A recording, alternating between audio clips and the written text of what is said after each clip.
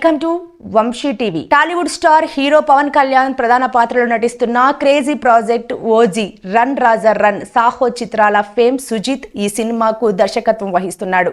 Priyanka Mohan heroine గా నటిస్తుంది. ప్రస్తుతం ఈ సినిమా షూటింగ్ శరవేగంగా జరుపుకుంటుంది. ఇక ఈ సినిమాను సెప్టెంబర్ 27న ప్రపంచవ్యాప్తంగా రిలీజ్ చేయబోతున్నట్లు మేకర్స్ తెలిపారు.